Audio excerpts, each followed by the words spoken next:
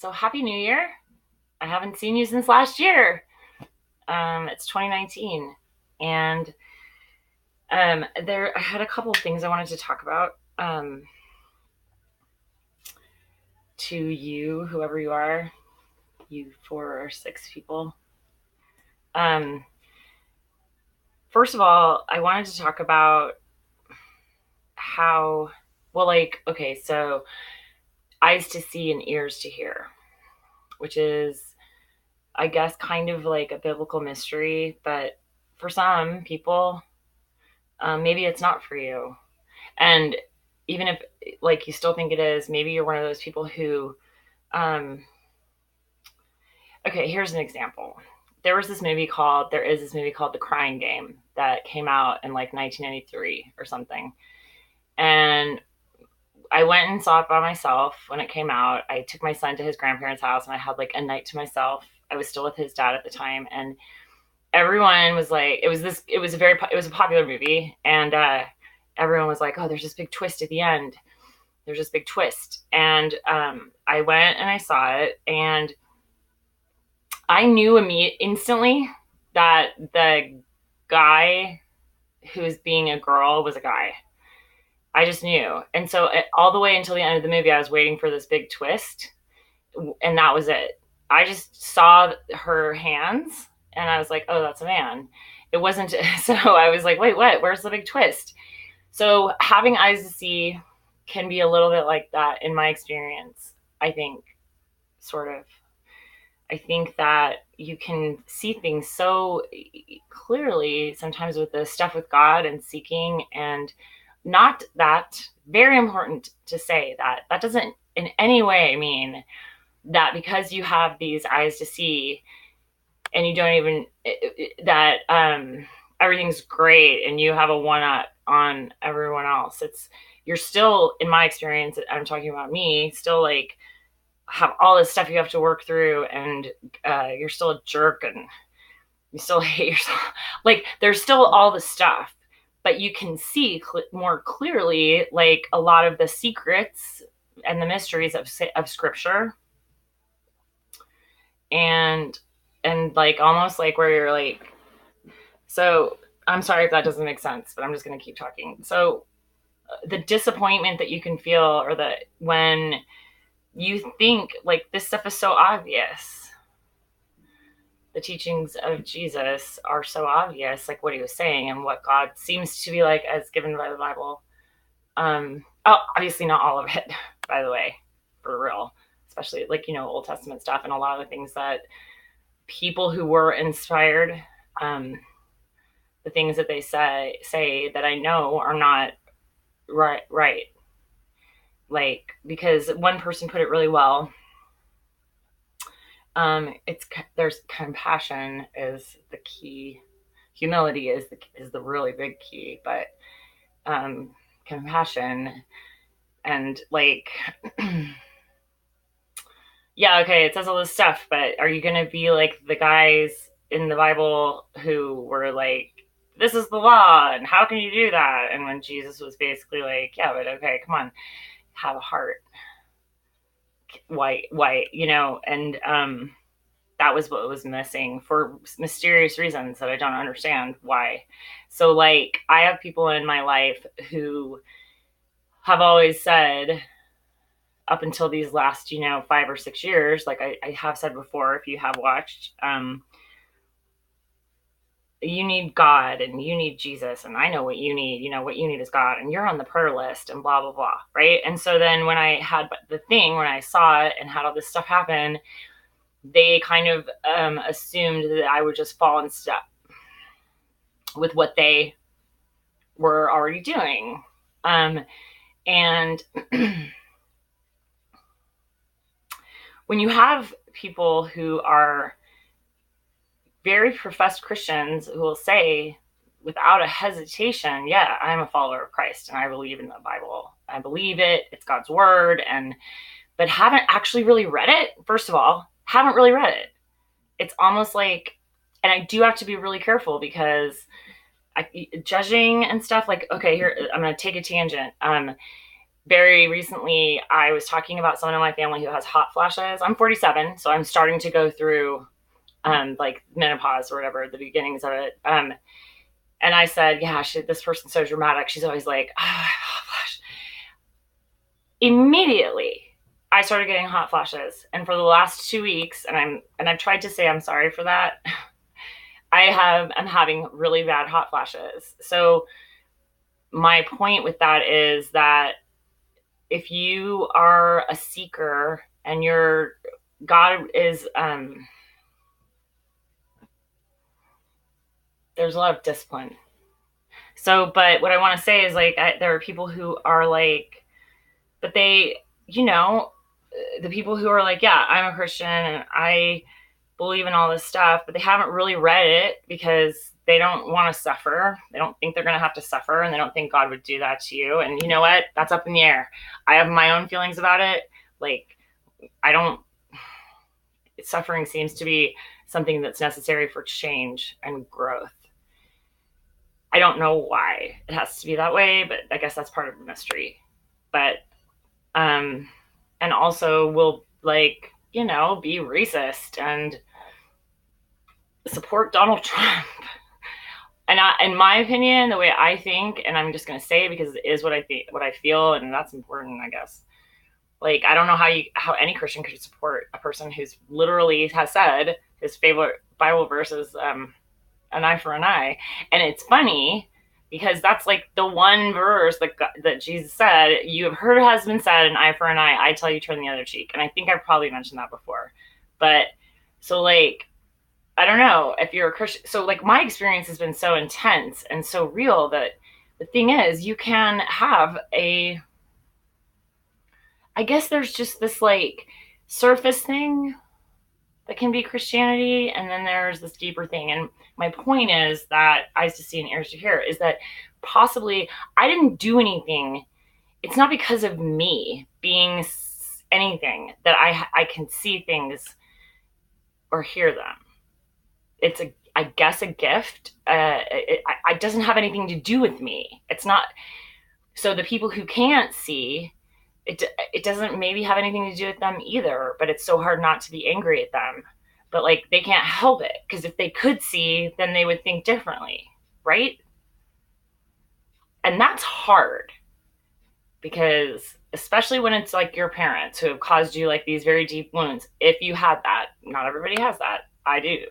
And one of your tasks in life is to come to forgiveness, because that golden light that I mentioned before in another video, that golden light happened to me because I was I was forgiving someone and then also kind of loving myself. And that's a very like, in a nutshell version of that. And then I had this like thing that happened to me that can't really be described. It was a golden light. I didn't see the light. And I've had other experiences with light where you don't see it, but it's light. And I think that must be the light of God. Anyway, what I also wanted to talk about is,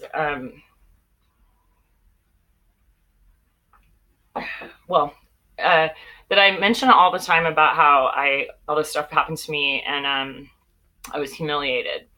And now that I'm making this video, I don't really want to talk about it. There's a lot there though. I was a different person then, but I was also me still. We get a lot of junk, and some of us get a whole lot more junk than other people. I guess I did. I got a whole lot more junk. I mean, I'm not trying to say like I have the most junk, I'm the most screwed up person, but it seems to me that that there are people who don't have as much.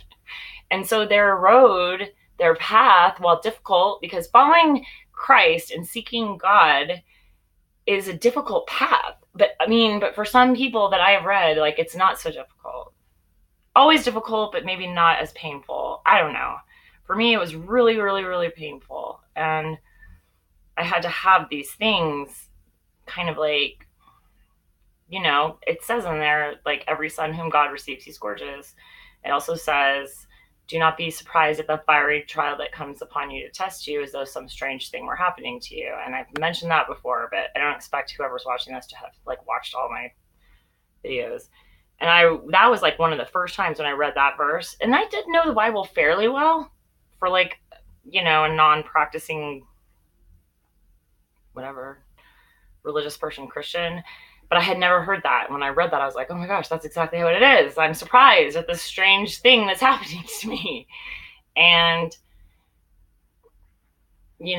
after every son whom God receives, he scourges, it says that nobody likes the discipline, basically, but the rewards of that, the fruit of it, are so great that you go, oh, I mean, I'm paraphrasing, but you're kind of like, wow, okay, it was worth it. Because the change, if you need to be changed, I don't know. I think that there are people out there who maybe don't need to be changed as much.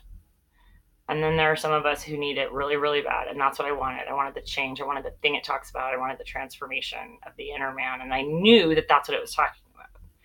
And there are lots of people who don't really understand that, who are Christians, who call themselves Christians, and don't really get that salvation is a thing that, to me, and I'm not the only one, but I have to say, to me, is like a now thing, a healing. The root word of the Greek salvation, in Greek, salvation means to be healed. Why we need to be healed, why we have to go through so much stuff that screws us up so bad that then we have to go through something that will like get us to healing, that's very painful in my experience, I don't really get and at all. And it bothers me and I get angry. So I still have a lot of anger, and I'm not like this peaceful, joyful person that so many people say you should be. But I guess it's a path and a journey, and maybe. So there's this verse that says in the Proverbs, Psalms, there's a lot more to it, but it caught me because it says, I will dwell in them and walk in them. And I did mention this in another one, and that's what's happening to me. So God dwells in all of us. God lives in you. And if you don't want anything else of this world, and you seek a whole lot, then you can experience that. I experienced some really intense stuff that changed me.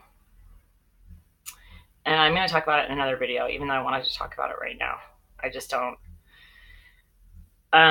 But so if anybody else out there is like, it's so hard to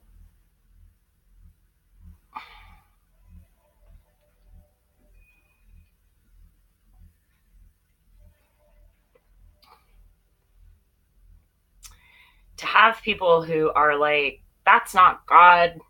That's, God's not like that. And to not be able to say, like, can't you see that that's exactly what happened in the Bible, in the New Testament?